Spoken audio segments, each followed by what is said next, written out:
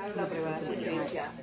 Hola, hola. Sí, sí. Hola, buenas tardes a todos, a todas, a todos. Ya empezamos con nuestra última serie de palabra, imagen, escena. Hoy cerramos este ciclo, este año, con un público muy entusiasmado, muy entusiasta, todo. A pesar de la lluvia, a pesar de las situaciones y de todo, gracias por estar aquí, por acompañarnos, por celebrar la palabra, la imagen, la poesía. Hoy tenemos a dos grandes escritores, una escritora uruguaya, Laura Sabani. ¡Bravo! Aquí vinieron sus... La hinchada, pero yo le decía recién, esa es la cosecha. Un día de lluvia, un día como hoy, un día domingo, tan bueno para estar en casita, ¿verdad? Tomando mate, café, lo que sea. Pero aquí estamos, celebrando la palabra, la imagen, la poesía. Bueno, bienvenidos a todos, a todas, todes, y vamos a empezar con Laura.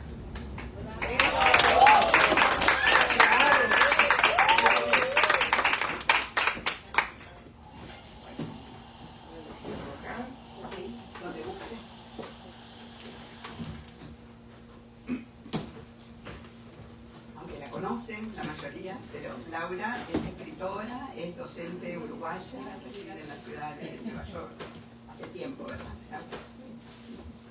perdí la cuenta. Sí, no importa.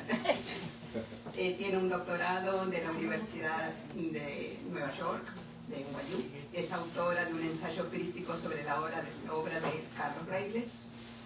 Sus poemas, cuentos han aparecido en diversas antologías, en revistas en Estados Unidos, en Argentina, Costa Rica, Nicaragua, España, Italia. Actualmente es profesora de Lengua y Literatura Española e Hispanoamericana en Queensboro Community College de la Universidad Pública de la Ciudad de Nueva York. Bienvenida, Laura, y adelante. Un aplauso, por favor.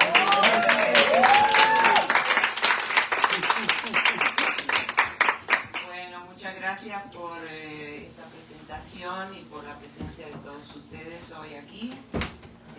Voy a leerles un par de cuentos cortos que he escrito recientemente y tal vez, si no están muy aburridos, leo también unas poesías. El primer cuento que voy a leer se titula Dafne Guillermo. Nadie podría contradecirme. Al fin y al cabo, los pocos que aún quedan han perdido la memoria, me han borrado de sus vidas y ahora soy libre de inventar mi futuro. Me llamo Dafne, sí, como escucha, Dafne. Y no lo digo con ironía, aunque usted piense lo contrario y me mire con sorna los guindones y la barba de Elías. Cuando nací, los médicos no sabían cómo catalogarme. Se rascaban el coco y discutían entre sí qué cosa hacer ante semejante portento. Así que para lavarse las manos le preguntaron a mi madre si prefería el rosa o el azul, como si a ella le importase en algo mi futuro, como si ella tuviese la capacidad de decidir cuáles serían mis urgencias al llegar a la etapa madura en la que los senderos se bifurcan y hay que elegir quién ser para encajar en el entorno. De buena gana me hubiera dejado en aquella posilga, al cuidado, o mejor dicho, al descuido de aquellas enfermeras que no tenían nada de enfermeras ni de monjas, aunque se hacían llamar irónicamente hermanas de la caridad. De no haber sido por el incendio que se desató tiempo después de haber nacido, seguramente hubiese crecido allí y me hubiese convertido con el tiempo en monja. Sí, hubiese llegado a ser alguien en esta sociedad, aunque me hubiese costado sangre y lágrimas. Eso lo doy por seguro. Los amantes de mi madre eran más amables que las monjas, por cierto, pero eso lo descubrí tiempo después, estando de pupila en el mismo centro de caridad, pero ubicado en la periferia, cerca del puerto donde trabajaba mi madre. Creo que por aquel tiempo me repartía donde cayera la noche, y sin avisar siquiera, Y a mí me daba igual ser tratado como ella o ser el pibito de la queca. Total, era la carga que llevaba a cuestas y tanto daba dejar el bulto acá o guardarlo de tanto en tanto con las hermanitas. No me pusieron un nombre hasta que cumplí los 5 años. Había que hacerlo, dijo mamá, porque de alguna manera había que identificarme, darme un lugar en el mundo. Yo ni tomaba en cuenta sus explicaciones, porque cuando se refería a mí enfrente de alguien, siempre me tildaba de eso. No sé, o tal vez no me acuerdo. Usted comprenderá que a mi edad, en fin, los recuerdos se me revuelven en la memoria y me cuesta bastante distinguir la realidad de la ficción, el recuerdo vivido y el soñado. Un buen día mi madre me dijo que había aparecido mi padre y que era mejor llevarme a vivir con él, pero que me tenía que vestir con pantalones y peinarme todos los días porque era él un hombre muy recio y no le gustaban las mariconadas. Yo asentí. Creo que tenía como 9 años, pero ya había empezado a comprender que no todo en la vida puede explicarse en términos binarios. Con las monjas había aprendido que el vicio tiene muchas caras y que la verdad no es más que otra máscara. Así fue que de un sopetón me vi sentado en una mesa larga rodeado de chiquilines rubios y bien peinados que comían con cuchillo y tenedor. Todavía me duele el sopapo que me dio mi padre por untar el pan en un huevo frito, y digo que me duele porque no me lo esperaba. Ese día aprendí lo que quiere decir tener modales. La mujer que se acostaba con mi padre era vieja y muy fea, gruñona como la que más. Pero en cierto modo me entendía, o al menos eso creí. No me hacía preguntas y a veces hasta me defendía de las cóleras inesperadas de mi padre. Una vez hasta me regaló un vestido, pero me pidió que no lo usara en público porque la mataba si mi padre se enteraba. Yo, que había aprendido en ese tiempo a asearme, no veía la hora de estrenarlo, pero eso nunca llegó a pasar.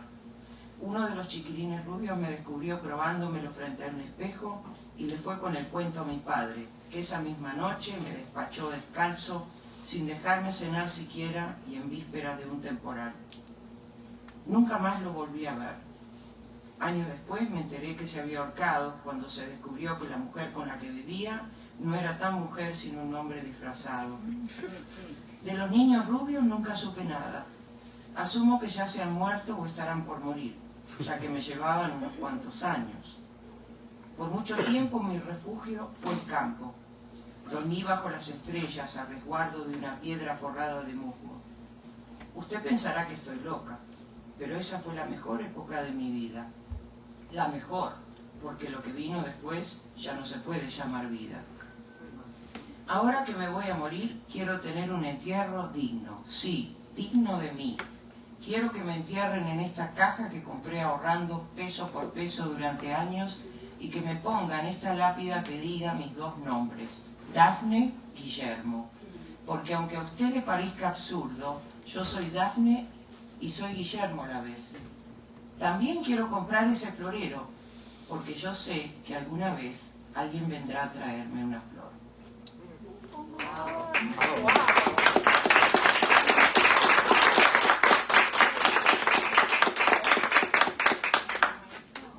Gracias. El cuento que voy a leer a continuación es un poquito más largo y se titula La Rueda. En los 4 dilapidados edificios de la calle Lamont no había un departamento más limpio, más ordenado y silencioso que el ocupado por Paulina Pichardo y su hijo Gabriel, concebido 4 años antes, una noche de tragos y drogas, allí en el mismo vecindario a unas pocas cuadras de distancia. Paulina era por aquel entonces poco más o menos que una piltrafa y nadie hubiese podido suponer que podría parir un hijo sano, mucho menos Tairón, su compañero de juerga. No, había dicho ella, no, no y no. Dejaré las drogas y buscaré un empleo para mantenernos los 2. Llévate tu asqueroso dinero. Tan rotundo fue aquel rechazo que Tairón vio en aquella negativa la oportunidad perfecta para meter el sobre en el bolsillo y mandarse mudar sin volver la vista atrás. Al acercarse a la ventana, Paulina observó con agrado que ya habían empezado a amarillar las primeras hojas de los árboles y un aire liviano y fresco invadía la sala. Pensó que había tenido mucha suerte de haber conseguido ese refugio. Modesto, sí, pero cómodo y seguro para ellos dos. Vivían en el 12º piso y desde allí podía divisar la plazoleta del complejo de edificios que tenía algunos columpios, 2 toboganes y en medio una rueda giratoria, el juego favorito de Gabriel. Al voltear la cabeza lo vio durmiendo plácidamente abrazado al osito de peluche y sintió que una suerte de ternura mezclada de tristeza la abrazó como una sombra. Pobrecito, pensó, no sabe que si hubiese sido por su padre no habría nacido, y ese padre al que ama sin siquiera haberlo visto, nunca lo ha querido conocer, porque no lo quiere ni le importa. Todos los cuidados que he puesto, que pongo, habrán de protegerlo y hacerlo feliz, yo lo sé. No necesita más amor que el mío. En esas cavilaciones entretenía la mente y espantaba sus miedos cuando Gabriel despertó y fue corriendo al encuentro de su madre. «Vamos al parque, mami». «¿Qué siesta te diste, dormilón? Vamos a tomar la leche y luego iremos a la plaza, ¿sí?» Tras el cambio de hora, anochecía más temprano y aunque el sol todavía daba de lleno en el ventanal de la sala, al salir del edificio, Paulina notó que la sombra cubría unos 7 u 8 pisos, entonces miró el reloj. Calculó que les quedaría algo más que 1 hora de recreo antes de que empezara a anochecer. Así que apuró el paso dejándose llevar suavemente de la mano por su pequeño. La plazoleta estaba llena de niños. Del otro lado de la plaza se extendía una hilera de árboles altos y grises.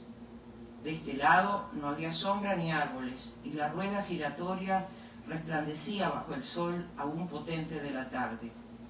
Gabriel corrió hacia ella, pero unos niños más grandes se le adelantaron empujándolo bruscamente a su paso.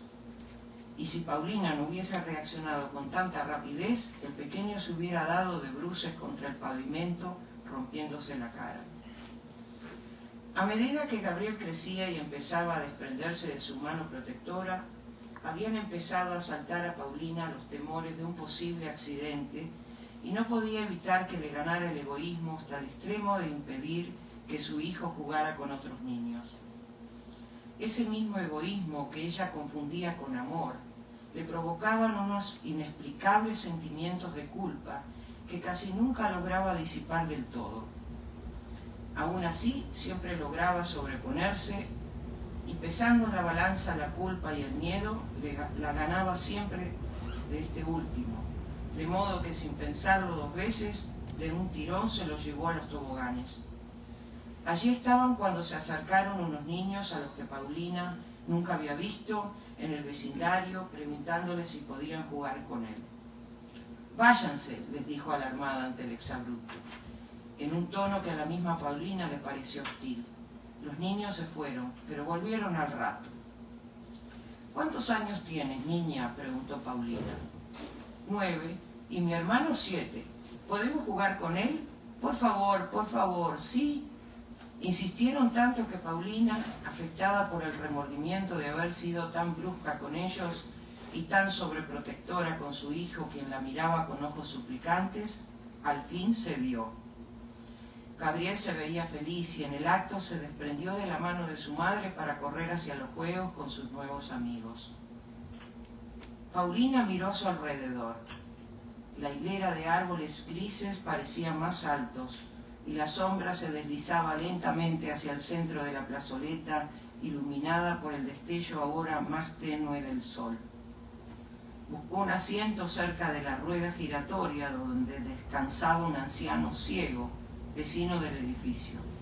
El anciano, presintiendo que alguien se acercaba, se arrimó hacia la esquina del banco. «No se moleste», le dijo Paulina, pero el anciano le contestó con una sonrisa. «No quedan ya muchos niños en la plaza, ¿no?». Y luego prosiguió. «Me gusta tomar aquí el sol por las tardes. Suelo regresar a mi cuarto cuando dejo de escuchar las risas de los niños. Entonces sé que es hora de marcharme». todavía quedan unos cuantos, entre ellos mi hijo, que no se cansa de jugar. He oído que pronto cerrarán la plazoleta. Es una lástima, pero las reparaciones son muy costosas y al parecer la ciudad no quiere hacerse cargo de su mantenimiento. No lo sabía. ¿Y para cuándo será eso? Los niños y Gabriel se habían montado en la rueda. Gabriel reía como un loco cuando los niños hacían girar la rueda más rápido. Paulina les sonrió advirtiéndoles con la mirada que tuvieran más cuidado.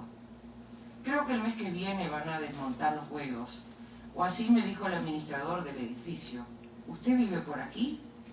Sí, allí mismo, dijo Paulina señalando su edificio con el dedo, pero enseguida recordó que el anciano era ciego y agregó: en el edificio B, vivo con mi hijo de 3 años, Gabriel.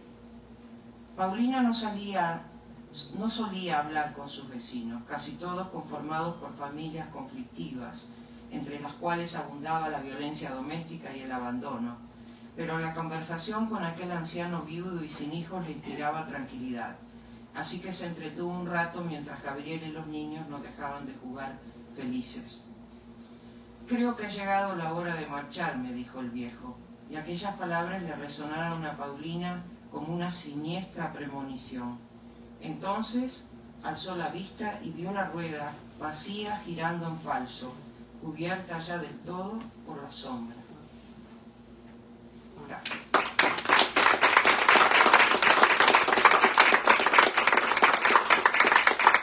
¿Puedo hacer una pregunta? ¿Puedo? ¿Pregunta? Sí, claro. A ver. No. No puedes preguntar. Bueno, para mí es un gustazo que Laura Sabani esté aquí en Palabra, Imagen, Escena. Con Laura nos conocemos desde que Laura tenía 15 y yo tenía ¿qué? Nos conocemos desde principios de los años 90, ¿no? Sí, más o menos. Éramos dos jóvenes rozagantes. Seguimos siendo rozagantes, ¿no? Con un poco de calma. Con un poquito de canas. Bueno, entonces yo quiero, Laura, que nos hables un poquito sobre el secreto de familia. Me llegó... ¿Puedo revelar el secreto? No puedes revelar el secreto, pero me parece súper interesante cómo, desde entrada, ¿no? Desde el primer cuento que es Al río, o sea, te atrapa el texto, te atrapa el libro. Pasas por Al río, llegas al secreto de familia, terminas en el estanque. Contanos cuándo lo escribiste, cómo surgieron estos textos. Hablamos un poquito sobre el libro, porque el libro está súper interesante, está en Amazon. Así que, por favor, ustedes no pueden estar ahí sentados sin tener este libro. Tienen que conseguirlo, leerlo. Es una narradora exquisita, Laura Sabani. Así que, contanos un poquito sobre el texto, sobre los cuentos. Bueno, muchas gracias por los elogios. No sé si estarán merecidos, pero bueno. En realidad este es mi primer libro de cuentos. Siempre que he tratado anteriormente de escribir cuentos, me salen poesías. No sé si le pasa a todos los escritores, pero yo nunca había podido lograr escribir un cuento concretamente. O sea, narrar un hecho, ¿no? Y bueno, surgieron así, como surgieron mis poesías. Un buen día me senté, me puse a escribir créanlo o no, en el iPhone. Y desde entonces escribo todos los cuentos ahí, en el iPhone. Mis cuentos realmente están inspirados en la realidad que vivo, en la realidad que, tal y como yo interpreto esa realidad, y pueden surgir de las cosas más inusitadas, ¿no? Como por ejemplo, Daphne Guillaro surgió un día que iba caminando y vi una piedra forrada de musgo, y no sé, me vino a la mente esa imagen y empecé a escribir y de ahí nació ese cuento. Luego empieza el trabajo de edición, ¿no? Un poco sacar, un poco poner, pero por ser mi primer libro de cuentos, estoy dando mis primeros tanteos, ¿no? Debo confesar. Por eso es que digo que no sé si hasta qué punto aceptar tus elogios tan extraordinarios. Pero Muy bueno, sinceros, lo que más me interesa a mí es lo que el público pueda aprovechar de esos cuentos, ¿no? Exacto. ¿Dónde te sentís más cómoda? ¿En la poesía? En la poesía, sí. La poesía nace en mí naturalmente. El cuento ya lo tengo que trabajar más elaborado, ¿no? Me cuesta. Pero bueno, es un terreno que quiere funcionar. Vamos a ver cómo me va. No sé si leerles alguna poesía o si quieren... Yo creo que Margarita tenés pregunta. No, quería hacer un comentario, ¿no? Oh, claro. Sí, porque si bien vos decís que es la poesía, ¿no?, la que la trata, pero tenés una tremenda capacidad para narrar y son textos breves y es difícil mantener la atención del lector en un texto breve en donde hay incluso hasta diálogos, pero unos diálogos que como que ayudan a delinear al personaje. Y a mí lo que me llamó la atención es esos personajes angustiados, como a veces algunos de ellos son como despojos humanos, y me llama la atención esa particularidad que tenés para entrar en el alma humano y en la psicología, porque están tan bien delineados que uno se da cuenta que no son personajes ficticios, sino personajes armados de cartón. Tal vez son todos personajes que nacen de mi propia psique, ¿no? De mi propia... Porque uno no es una sola persona, sino varias a la vez, ¿no? No sé, tú dirás. Sí, se nota también esta incursión por la psicología, la literatura y el arte, se nota también en esos textos. Bueno, Ahora Laura nos va a contar el secreto de familia. No, ese no se lo voy a contar. Ese no puedo. ¿No lees poesía entonces? O lo que Leo, vos quieras? voy a leer, Pase quisiera tú. leerles 3 poesías de diferentes 3 Ok. épocas, Perfecto. ¿no? Para que más o menos me conozcan un poco. El primer poema se titula... Un momento. El espejo.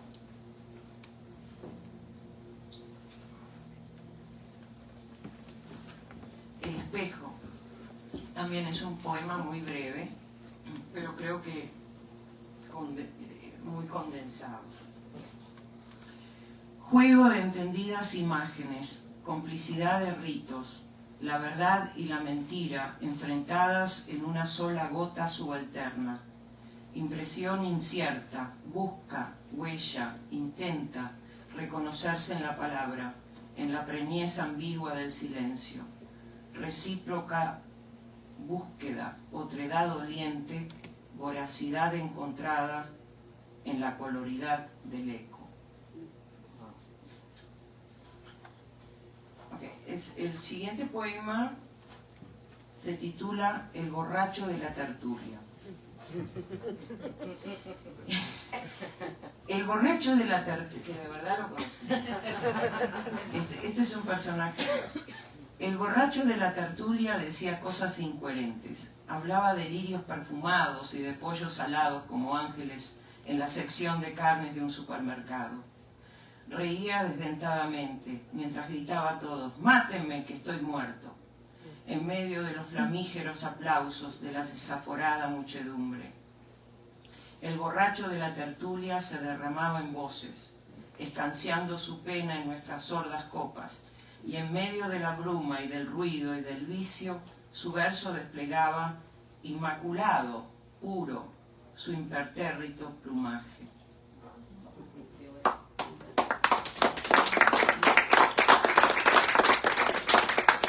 Y un tercer poema neobarroso medio loco, que se titula A la poética viruela, pero está dividido en 3 partes. A la poética viruelas. La primera se titula Vanidad. Por puro atavismo la piel busca lo propio, se cubre de espejismos, inventa una primavera temprana y sale sin sombrero a pasearse altivamente como una diosa destronada entre cardos y yuyos. La segunda parte se titula El duro trabajo del poeta. Acá, bajo esta sombrita, hirsuto, refugio discreto de la aurora, como en vez de tema temiendo, toma té, todavía ya es tarde, pero sigue y arremanga para decir, la ya invocada o convocada por ella, ha pensado en la marimba memorabile. Como no pensar en ella, la marimba, digo, al mediodía en el traspatio, cuando nada amortigua la lengua o el estallido de la maroma que escamotea el meneo de Mengano mientras muele y muele, hasta tarde la media palabra que le sobra sin saborear la sosa sandáraca, si su ciruela sabrosa la sazón. Y la tercera parte del poema se titula El bazar de los asombros.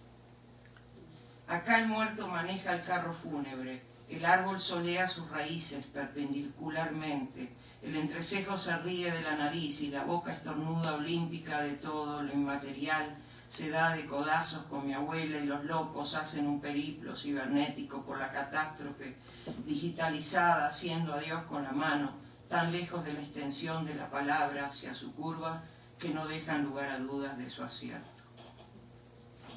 Eso es todo. Gracias. Espero no habernos defraudado. Gracias por la No sé si atención. habrá alguien alguna pregunta, algún comentario. Son bienvenidos. Quejas también son bienvenidas. Preferimos comentarios, ¿ok? Yo no me acomplejo con las quejas o las críticas para nada, así que bienvenida. ¿Laura, el cuento de Daphne fue el que ganó en España o fue otro? Sí, no, recibió un premio, no un premio principal, una CC.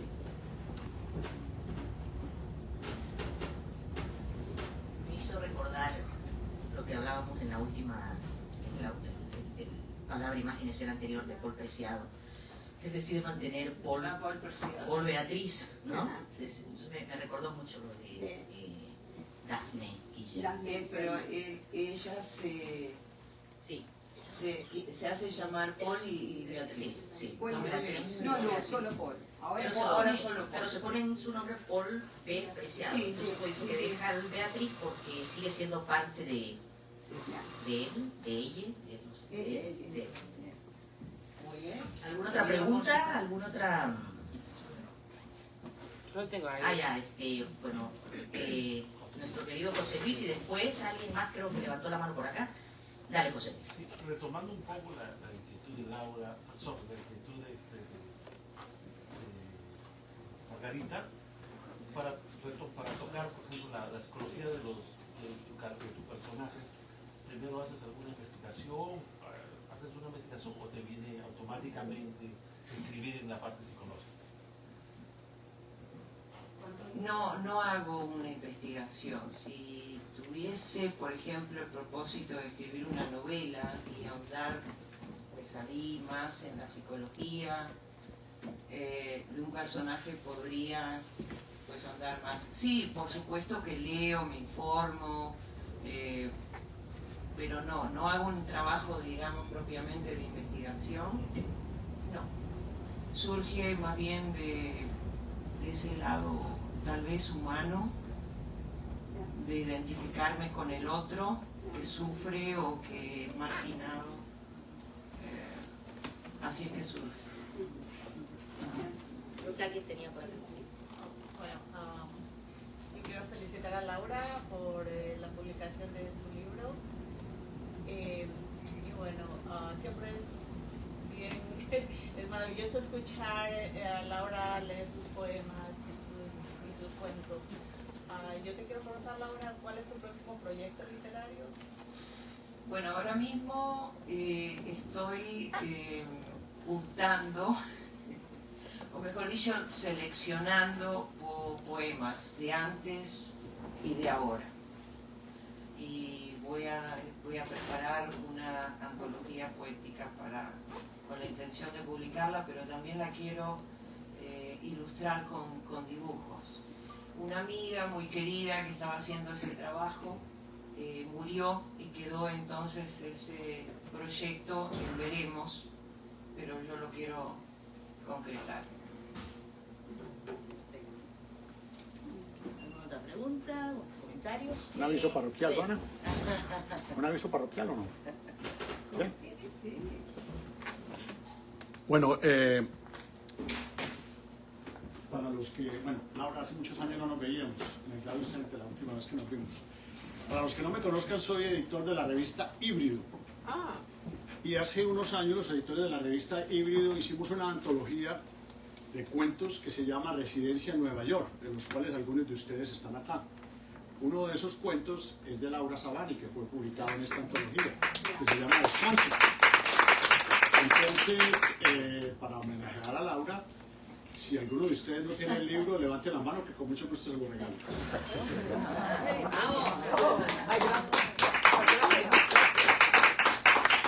¿Alguien más? ¿No tiene? La multiplicación de los panes. Ay, Dios mío. Tin Marín de Dopingüe, Cúcara Maca, Cúcara fue. Gracias. Bueno, eso es todo. Y por el derecho, invitarlos a ustedes a la próxima edición de la revista Híbrido, que va a aparecer ahora al comienzo de la primavera.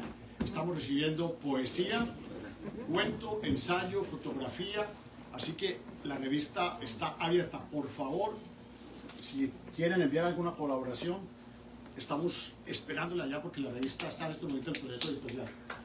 Maravilloso.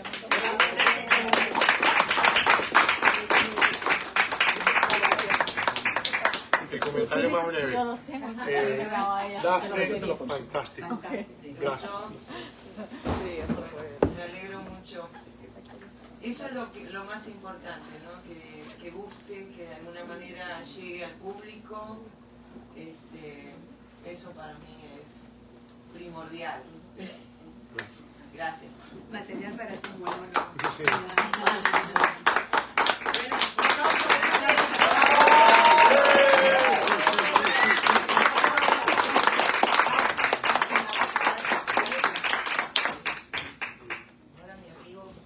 Bueno, esta tarde también tenemos a otro gran amigo de la casa,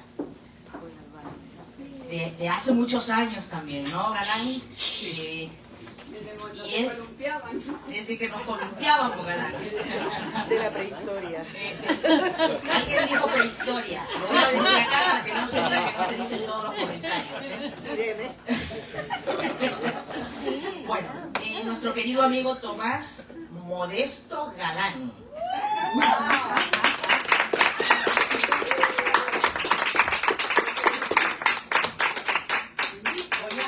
Voy a leer una breve semblanza, toma asiento mi querido Galán. Voy a leer una breve semblanza de nuestro amigo, es cortita porque si no se lo va a... hay mucho por decir, pero está bastante corta. Tomás Modesto Galán, de la República Dominicana, reside en Nueva York desde 1986. Es actual presidente de la Asociación de Escritores Dominicanos en Estados Unidos, ACDEU. Entre otros títulos ha publicado Diario de Taberna, poesía, 1988, Los Cuentos de Mount Hope, novela, 1995, y Los Niños del Monte Edén, cuento, 1998. En 2014, su poemario Amor en Bicicleta y otros poemas ganó el concurso Letras de Ultramar. El 16 de octubre del 2015 fue nombrado Poeta del Año por el America's Poetry Festival de Nueva York. Algunos de sus libros o textos han sido traducidos al inglés, al árabe, al portugués, entre otros idiomas. Así que un aplauso enorme para nuestro querido.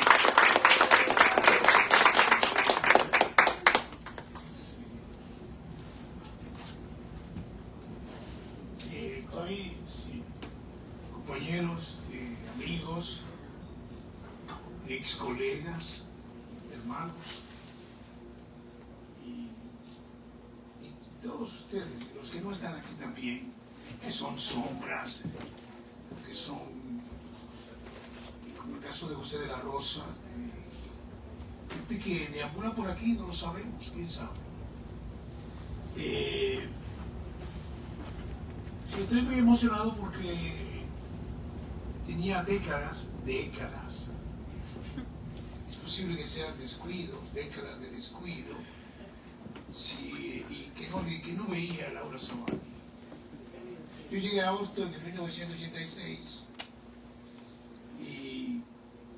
y allá me encontré con Laura Sabani y me encontré también con Juana Ramos luego. Y sí, no sé ni qué decirles, señores. Bueno, esta carrera estaba desarrollándose en la época en que yo me encontré con Laura Sabani y con muchos de ustedes, y continúa. Estamos en una lucha constante. Me emociona siquiera pensarlo, la cantidad de obstáculos, situaciones y la pasión, el deseo de uno hacer lo que le gusta, lo que desea, que de alguna forma u otra está conectado con mi madre. También eso me emociona. Yo en los últimos tiempos he escrito algunas cosas. Algunas tienen que ver con la narrativa, otras tienen que ver con la poesía y con el momento actual que es Palestina. Y muchos de nosotros apenas dormimos, o hemos dormido después de lo que ha sucedido en Palestina, que no es, digamos, no deja de suceder en alguna medida también en muchos de nuestros países, que también son otras remembranzas de alguna forma de Palestina, pero lo de Palestina no tiene nombre. Y yo compré hoy esta banderita me emocionó cuando me vi por la calle donde vivo, que es un barrio árabe, yo caminando con ella, porque la buscaba, no sabía si la iba a encontrar, como un símbolo de que estamos contigo, Palestina. Les voy a leer un poema que se llama Guernica, Palestina. Es un poema que, como pasa ahora con la escritura digital, con la forma de cómo nos emocionamos nosotros hoy, en el mundo en el que vivimos, que a veces la poesía, el arte comienza en cualquier lugar. Este comenzó en un chat. Si estaba hablando con una amiga y de repente escribí unas líneas y esas líneas se convirtieron luego en un poema, que es este que se llama Guernica, Palestina. Bueno, yo quisiera leerlo parado, Juanita. Bueno, dale, sí, Porque me siento muy cómodo ahí, sí. Miren, al final de este otoño, estamos de vacaciones en la Guernica. Lo sostengo en un poema en prosa. Los toros sangran todos los días por las calles de esta Pamplona oriental. Los asesinos compran flores antes de matarlos con una sonrisa. Celebran el monopolio de los cuernos. Para el torero del terror es un arte atacar a un toro indefenso o agotar la belleza de ser negro. Los terroristas disparan ¡bam, bam, bam! Sobre las moscas, las abejas, las palomas, los perros realengos. ¡Bam, bam, bam! Las mochilas, los libros de textos, las ambulancias. ¡Bam! Las escuelas y los hospitales de juguetes. Se autoengañan diciendo, no somos culpables de la resistencia de Hamás. Los caballos del Apocalipsis equivocados simulan ver una manada de buitres indefensos. ¡Disparen! ¡Bam, bam! Esto no es un juego. Luego celebran el vacío como una victoria heroica. Brindan repitiendo, ya Gaza es libre. No hay nada que temer. Hay una bandera plantada sobre la sangre de los caídos. Los soldados del imperio, después de hacerse un selfie con las manos llenas de sangre, vuelven al gimnasio. Corren en torno a una sinagoga, algunas veces cargan un crucifijo de plomo y ajustician a los parroquianos del paraíso. A eso que justamente se llama el apartheid inventado por una obra de psicópatas. Los mercenarios chocan sus cabezas contra una pared sorda. Celebran el religioso mítico genocidio de la razón contra antibióticos y salas de operaciones. Después de todo, la muerte es una fiesta, una locura histórica, un carnaval arruinado. La sociedad digital crea ficción del infortunio. Solo Palestina es culpable del derecho de existir. Por cierto, los criminales más tiernos sí besan a sus hijos antes de abordar un tanque de guerra. No lloran al dispararle a una pelota de fútbol. Ahora bien, yo quisiera sobrevivir a tanto exceso de realidad. Yo quisiera estar bajo el asombro de tus ojos, inmóvil, escribiendo una memoria fratricida sobre la tarde está llorando y es por ti. Solo resucita la franja al abrazar este chat. Mi graffiti preferido es una pared del Bronx River donde marchas hacia la soledad de una masacre totalmente virtual. Para resistir la ficción, canto al sol que aún brilla en tus manos. Una luna ciega ilumina el legado de otro genocidio occidental. No te puedo besar, Palestina. La escritura es impotencia terapéutica. Vuelvo la vista atrás para ver los pinceles de Picasso. El arte de morir es una vaina extraordinaria. No he podido abrirme paso entre los escombros de tus restos. No pude nacer en los territorios ocupados de cualquier tarde de octubre de 1947. Un daycare cayó sobre tu pecho. El rótulo de María Montessori ha desaparecido. El toro de Wall Street está en ayunas. ¡Textéame! No encontramos las muñecas negras de una mezquita demolida. La impotencia de Cristo y la distracción de Mahoma da risa. Lo siento, amigos. No he muerto durante el mes de noviembre. Te escribo porque hiciste del adiós un sepulcro heroico. Mientras mi tortuga y yo paseamos por una franja de Gaza devaluada por el desconcierto, no tengo cámaras para recrear el abecedario de este epitafio íntimo.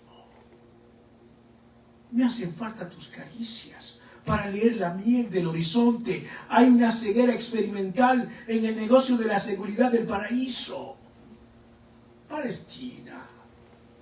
¿Desde cuándo eres el conejillo de indias del campo de concentración de la desdicha? Tu cuerpo es el paredón de un jardín superfluo. Se prueban armas inteligentes para matar el aburrimiento de los pájaros. Todos los servicios de inteligencia rastrean tu desesperación. Otro World Trade Center cae sobre Palestina. Otra vez se sabe, las armas de destrucción masiva no eran falsas. Aquí no hay bolsas suficientes para enterrar los cadáveres de todas las mentiras. Los terroristas de Estado juegan cartas sobre nuestra osamenta. El azar baila un velorio anónimo. Los soldados del imperio entran como perros por su casa. ¡Au! ¡Au! ¡Au! ¿Dónde está Juan Rulfo? Todo vuela por los aires. Inyecciones, trompos, hospitales, pintalabios, pampers, crema de afeitar, ambulancias, un niño leyendo un cuento del gato con botas, un anillo de compromiso, una mujer embarazada, una bandera ignorada durante una marcha nupcial por la paz de Junín o en Ramallah. Este poema intentó escribir el final de la decadencia ética. La noticia fue censurada por los mercenarios fieles al exterminio de la información. El derecho al cese al fuego no es una táctica erótica. Para los poderes fácticos de la ridiculez es una teoría sádica. Hay una traición poética en la vanguardia de la indiferencia. La falsedad poética se refugia en la neblina de los cuentos de hadas. Recorro día y noche la demolición de tu biografía buscándote, Palestina. Muéstrame tus heridas más íntimas para comprender dónde ilumina el sol a los niños que partieron en busca de un yo-yo. Te busco en una geografía adicta a la tormentosa intimidad. No necesito GPS para recorrer el camino, la distancia, y luego del misil que apuntó a tu corazón, Gaza. Te busco en Morris Park, hoy te vi pasar por las planicies de White Plain. Vuelvo a recorrer estos territorios secuestrados donde los que ejercen el papel de enemigos celebran tu partida. Entonces te encuentro en un bazar promiscuo. Todavía no tenemos derecho a un cese al fuego para leerte este poema que solo crea una victoria pírrica.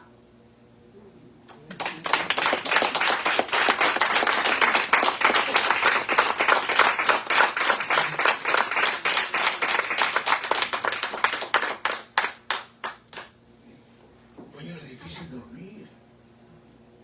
Estamos desde que esta nueva sesión de crímenes comenzó, cansados de pensar, de soñar, de tener pesadillas y de ser impotentes y de oír sinvergüencerías y observar también esas actitudes cobardes de gobiernos y ministerios de cultura que prefieren dedicarle una feria a países donde la criminalidad campea en muchos casos, en lugar de dedicárselo a estas víctimas, que son muchas, porque queremos fingir,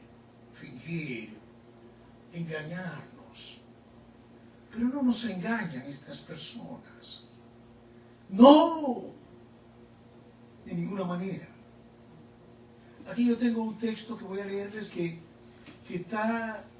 pertenece a uno de esos momentos. Déjeme poner esto acá. Durante la pandemia aprendimos muchas cosas. Una de ellas fue a dormir también de vez en cuando, o hacer creer que estamos dormidos. Uno de esos momentos durante los cuales vivía experiencias inéditas, también de otros crímenes de Estado, porque la pandemia es otro crimen de Estado. Y quién sabe, nosotros pocos sabemos de estas cosas horrendas. Y recuerdo que escribí un libro, también inédito. Los libros nuestros permanecen casi inéditos todos, hasta lo que se publica, porque nuestros estados poco interés muestran en nuestra literatura. Y hay un juego raro, no hay un compromiso de allá y de aquí por hacer algo juntos, con sinceridad, y respetarnos y apoyarnos. No. Entonces, dentro de ese proyecto que se llama Siesta Clandestina, descubrí un espacio para la siesta mágico. Yo nunca había dormido una siesta. Y Y claro, estas son siestas, siestas en algunos casos son eróticas. Y te ríes con picardía. Sí, porque no, porque también la sociedad digital nos ha pervertido. Ya somos perversos. No, y también nos ha enseñado muchas cosas, porque están ahí, todo está mezclado, hay mucha sabiduría de por medio que estamos aprendiendo. Yo se lo digo a mis hijos, se lo digo a mis vecinos, que a veces salgo a la calle a ver a quién puedo abrazar, porque hemos perdido también es el derecho a abrazar, el derecho a mirarnos los ojos. Y estamos, el sistema ha creado nos ha bombardeado de tal forma que nosotros no sabemos quiénes somos hoy, en absoluto. Este se llama Tentación Negra, que es uno de los temas que a mí me llama mucho la atención, el tema de la negritud, el tema de racial, porque también en el exilio descubrimos quiénes somos desde el punto de vista racial, desde el punto de vista de nuestra identidad. A veces llegamos sin saber quiénes somos, ciertamente. Y se llama Tentación Negra. Desde que descubrí que era negro, nada me ha entusiasmado más que la virtud de ese color misterioso. El mundo blanco lo asocia con el mal. Hoy se le atribuye virtud trágica. Veía otro glamour en las paredes, en los cuadros haitianos de una alegre calle colonial. Sentía otra cosa. El discreto éxito de... Sentía otra cosa. El discreto éxito de un mercado sensual negro. No me emocionaba tan profundamente hasta que lo asocié con mi sangre. Antes lo vinculaba con el dolor de la historia, con las cimarronadas secretas de Sebastián Lemba. Cuando me duele esta piel, busco su cabeza cortada para acariciarla. Desinfecto la mía con esa sangre valiente. Para mantenerme sano, evitaba caminar por la avenida del Comendador Nicolás de Obando. Tampoco me resignaba con el terror espeluznante de la inesperada llegada de las carabelas al puerto de Palo de la Hispanidad del río Sama, cualquier 12 de octubre. Mi angustia ética saboreaba el choque de colores de la vieja Sudáfrica. Me consolaba con recordar a la angustia ética, saboreaba el choque de colores de la vieja Sudáfrica. Me consolaba con recordar la cárcel de Nelson Mandela y las palabras noveladas de Nadine Gordimer sobre el fronterizo negro y blanco. Sentí ese color en un apodo romántico. Lo pronuncié una noche de amor al final de una erección fallida. A la hora de un enternecimiento no existía otra palabra más justa y dulce. Negro. Estoy lista. No sabía si el color negro se asociaba con el fuego redentor, pero resurgía de un incendio. Una mujer demandaba ese color para estar satisfecha del presente. Yo solo sospechaba que había algo más serio detrás del brown. Nunca fui identificado como un auténtico hombre brown, mucho menos como un chico black. En mi país natal no existía el verdadero black. La neutralidad mulata no es confiable.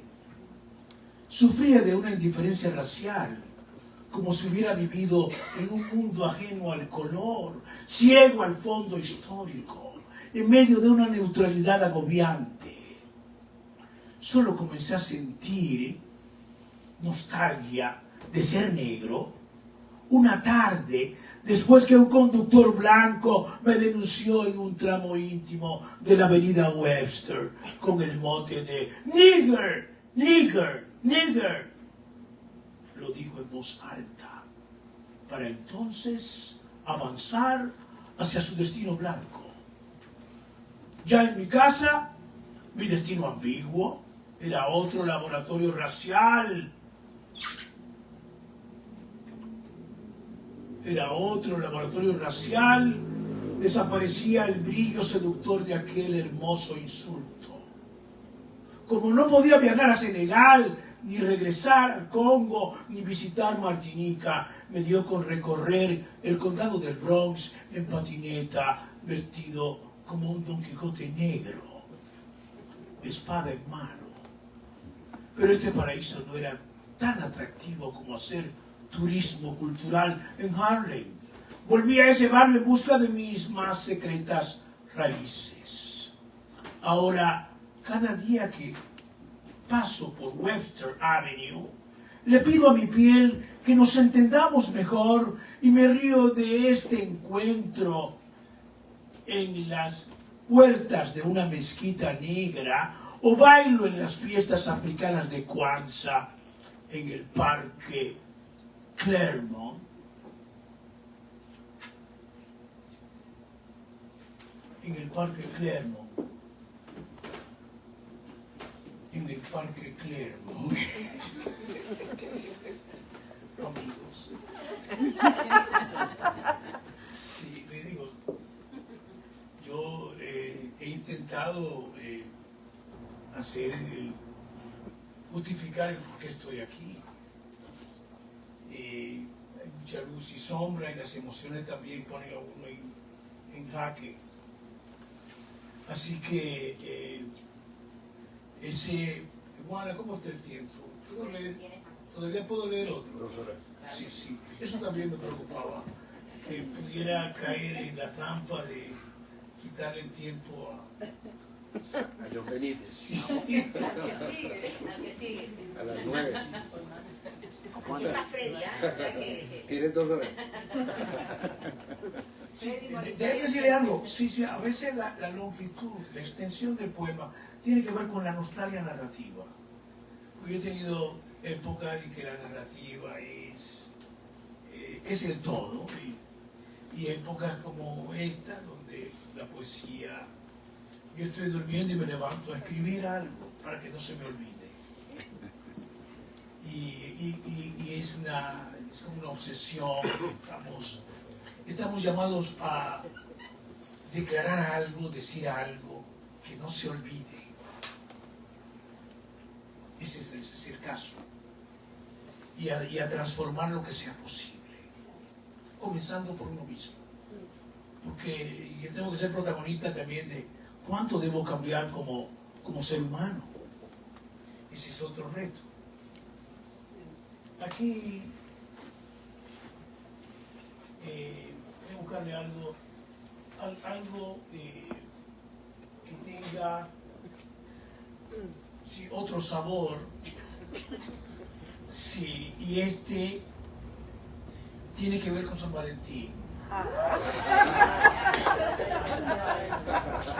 Sí. Y quizá no es de lo más sensual, que también tengo una vena sensual. Eres un ser humano. Sí. Entonces, cuando ocurrió el desplome, aquel terremoto en Turquía, yo recuerdo que entre las noticias que aparecieron, había una que me llamó la atención. Un perro había muerto tratando de salvar a las personas que estaban allá abajo. Le decían, el nombre del perro es Proteo. Eso se me grabó, porque los perros también forman parte también de nuestra nostalgia. Y yo recuerdo mucho el perro de Juana, cuando murió el perro de Juana, que Juana me llamó, y yo estaba en Santo Domingo. La primera vez que yo me di cuenta cuando ella me llamó y me confesó que su perro había muerto, y yo digo, esta chica es mi amiga. Yo descubrí una amistad, porque solamente en un momento crucial usted puede hacer una cosa así, y ella lo hizo. Y yo no olvido eso. Así es. Entonces, réplica de un San Valentín sordo. Tiene una cita pretenciosa que yo le agregué al principio. ¿Qué es esta? A esta Troya no le hace falta un Aquiles para rescatar a todas las mujeres. No importa si cubren sus cabezas bajo un manto sirio o si manejan un auto en busca de escombros. Ese soy yo. Hoy es un buen día para amar a todos los que se odian, especialmente aquellos que no duermen en la misma cama, a quienes huyen de los jardines abandonados por temor a un girasol o de un experimento bélico en la Franja de Gaza. Felicita la ausencia de soledad fetal. Dilo seriamente, no me pongas banderas ilegítimas. Desentierra mi alma de este derrumbe histórico. No cuestiones mi falta de raíces accidentales. Busca desesperadamente a un desamparado de la soledad y entiérralo en la leyenda de la biblioteca de Alejandría. Secuestra a un especialista en la vanidad erótica. Interroga bajo un quirófano sensual a un miembro de la Cámara de Representantes del sionismo sentimental. Mira la televisión como un legislador fascista. Besa las ofrendas de sus títulos. Echa agua bendita sobre las togas. Estrena tu arma de reglamento poético por la paz entre los depredadores del planeta. Yo no me ganaré el Pulitzer de la juca, no me tomarán en cuenta para elegir el premio Nobel de la risa. Este es un velorio sin fines de lucro. El alfabeto de las anglofilias desgastadas nunca fue nuestro. Hay quienes desean leer mi epitafio en una sala de observación crepuscular. Saca el telescopio de la réplica, bésalo alevosamente, presenta flores urgentes a campo abierto. Hoy perdí mi árbol genealógico. Dime si me besarás el próximo día de San Valentín. Huele el temblor de las horas demolidas, acaricia este reloj pícaro. Las manecillas sangran al caer sobre el horizonte. Vuelve el desamor más tierno. Vénselo boca arriba, no hay velas romanas ni féretros de espuma.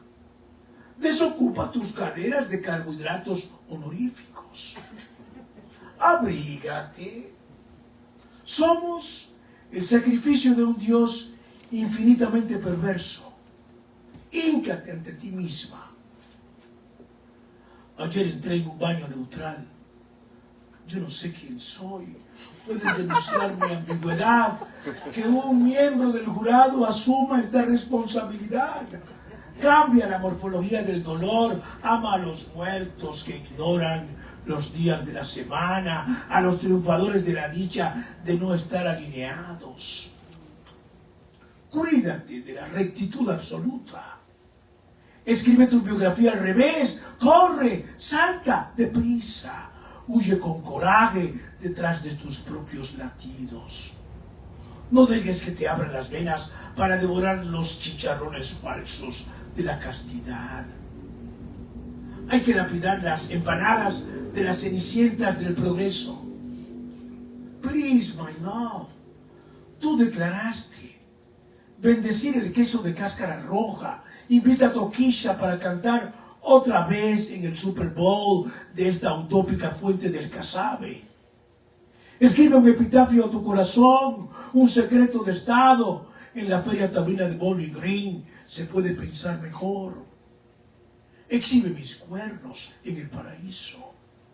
Solicita el habeas corpus de la vanidad estética.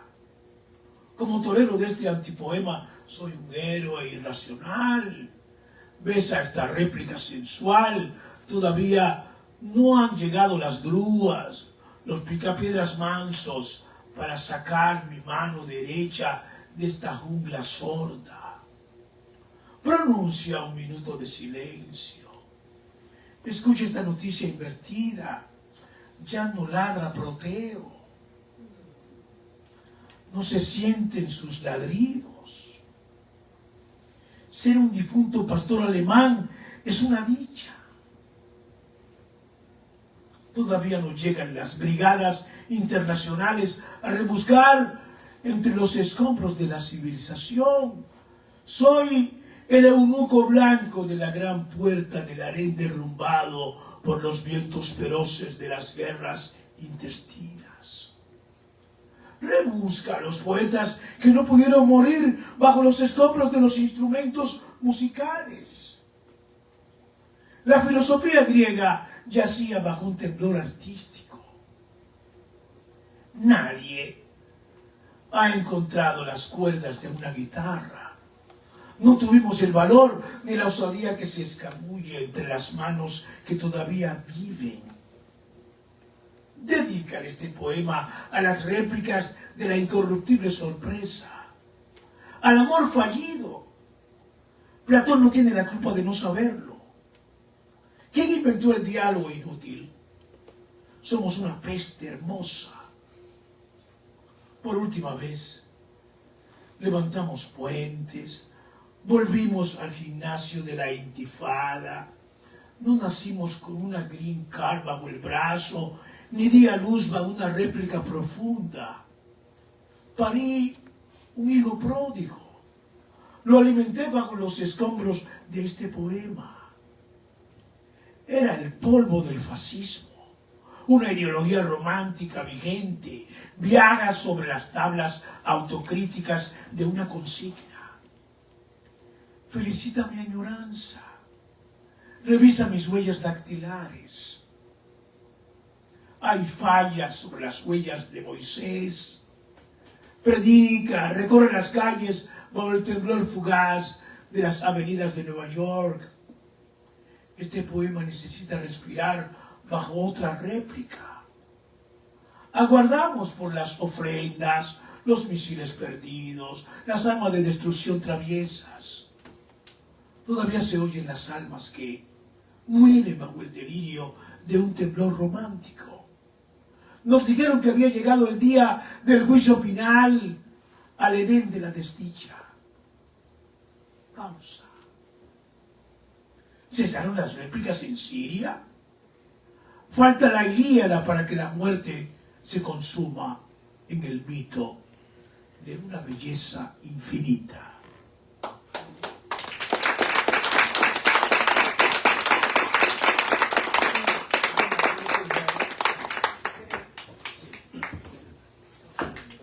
Digo, yo no soy quien para decir que es ya, eres la que manda. Sí, sí, sí. ¿Ustedes me lo permiten? Por supuesto. Bien, señores. Aquí no mandamos. Sí, aquí hay algo. Resolvemos.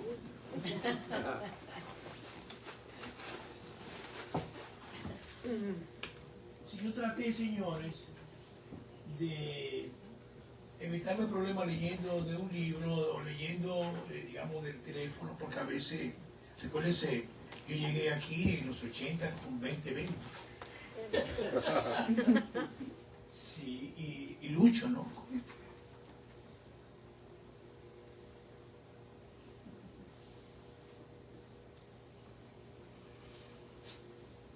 Bueno, dile algo a la audiencia en lo que... Por favor. Cántanos una canción. Sí, un comentario.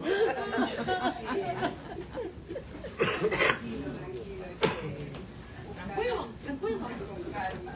Ha dejado a todos pensando esa tremenda capacidad que tenés para poetizar las circunstancias que nos tocan vivir. Fuerte ese poema que has leído, el primero, de Palestina. Nos duele Palestina. Y es difícil dormir en estos tiempos, como decías. No sé con quién estoy dialogando. Poeta sigue buscando.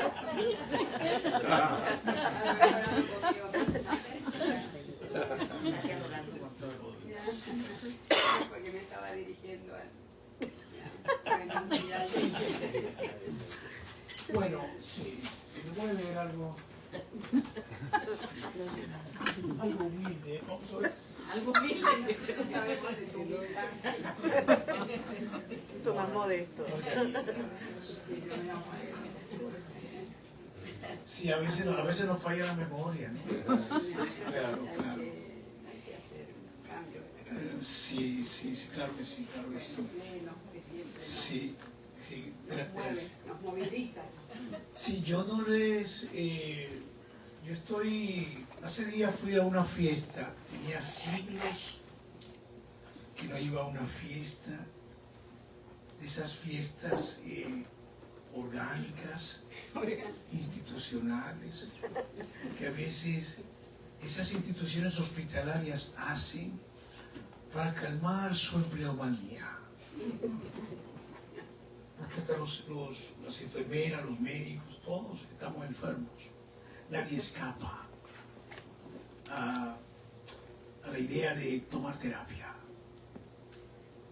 No sabemos cuántos estamos de terapia, realmente. Sí. A veces le decía a una amiga que a veces no sabemos, ya es el lenguaje que usábamos, desapareció. Hay que crear un nuevo lenguaje para poder entendernos dentro de esto que estamos viviendo nosotros hoy en el mundo. Y recuerdo que uno de los poemas, pasando ya al tema, que en la época de la poesía coreana en América Latina, en los años 70, más en los 70 y después del 60, 65, en esa época en la que por cualquier razón un policía nos detenía. Sí, a mí yo fui de los que vivió esa experiencia. Y en esa época había poetas famosos, uno de ellos era Pedro Mir en República Dominicana, un poeta social de primera. A veces hay que dialogar con los poemas que se escriben o que se escribieron en otra época, y eso es válido. En ese poema Pedro Mir decía algo que ahora ustedes van a ver.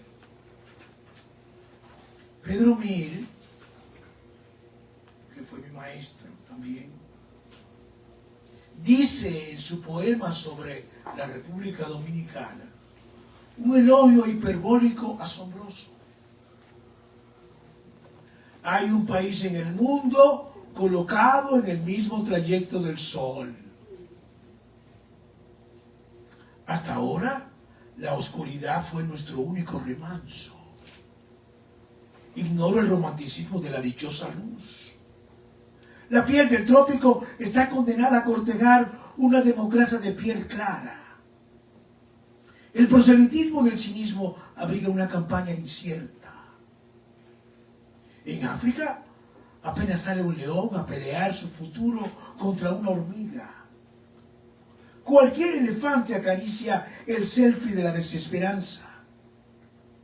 Celebramos el apartheid de un jardín asaltado por settlers adictos a la felicidad ajena. Todavía no hay un Judas tierno en el Sanedrín piadoso de Jerusalén. Hay países que chapotean sobre la enfermedad incurable del colonialismo.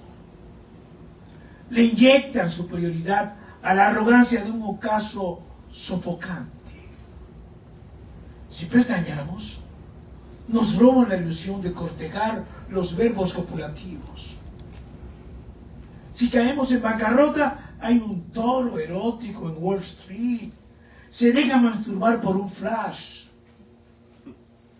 Si hacemos una siesta clandestina, los dueños del no lugar se refugian en los verbos reflexivos. Hay que competir con las serpientes en la hazaña de arrastrarnos por la demolición de la Franja de Gaza. Se presume del derecho a ostentar la arrogancia de ser y estar. Se arrastra un patriotismo insoportable, comprado con los impuestos de los contribuyentes. Mueren sin haber llegado a ser un cementerio auténtico. Solo se finge existir. Gravitan en un trayecto de criminalidad corporativa y legítima. Le enseñan a su descendencia a vivir sin existir. Todos los días se ejercita un genocidio contra el amor al heroísmo.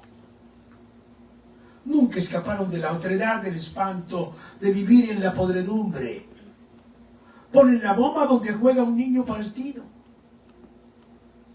Manejan a la perfección la tecnología del arte de matar. Protegen el cáncer de sus agencias de noticias.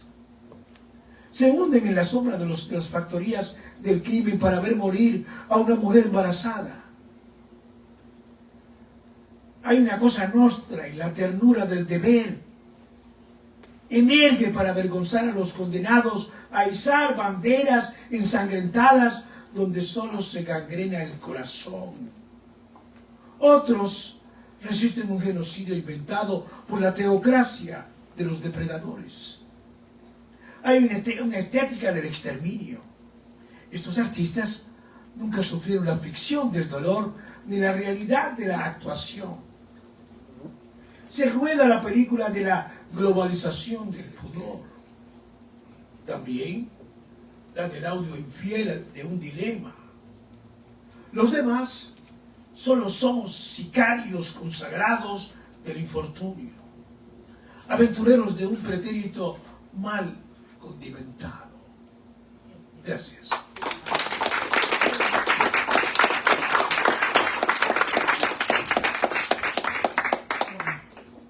Creo que tratamos de cumplir. Bueno, muchas gracias. No sé si tienen comentarios, preguntas, algo para nuestro querido más modesto galán. ¿Algún comentario? ¿O quieren seguir aplaudiéndole? Darle otro aplauso enorme. Gracias. Bueno, ahora antes de marcharnos, nos vamos a tomar la foto con nuestros queridos escritores. Este es el último del año, claro, porque es el último mes. Vamos a continuar, si el universo lo permite, y Freddy. El universo es Freddy. Acá en Terraza, de nuevo, pues volvemos en enero, probablemente hacia finales, pero eso lo conversaremos con Freddy. ¿Ok? Bueno. Que viva Freddy. Que viva Freddy. Sí, muchas gracias, Freddy, por este espacio maravilloso. Quiero también darle las gracias a María, que está en las alturas, porque sin María no hay proyección. María siempre nos echa la mano, es parte pues de Palabra, Imagen, Escena. Gracias, María. Un aplauso para María, por favor. Y nos vamos a sacar la foto. Y María, si puede bajar para estar en la foto, por favor. Ah, María es real. Es la Virgen María. Se echó una bendición.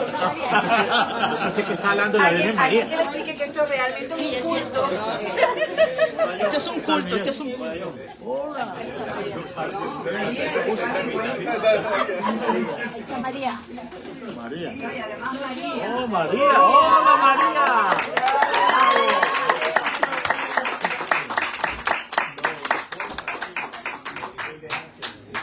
María es una hija de George Hallett.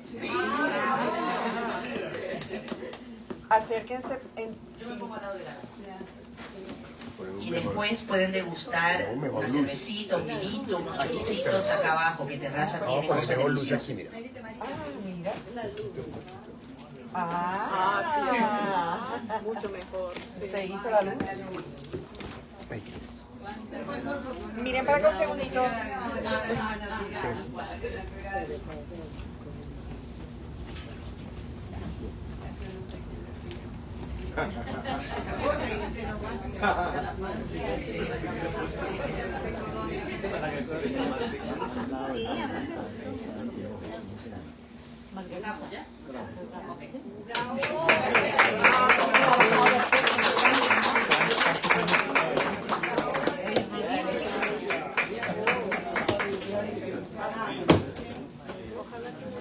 Porque se ha adelgazado, porque no lo conoce. Sí.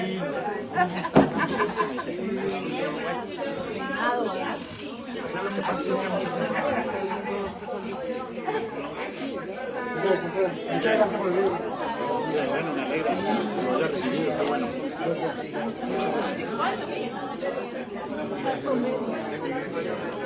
Una foto. Hola.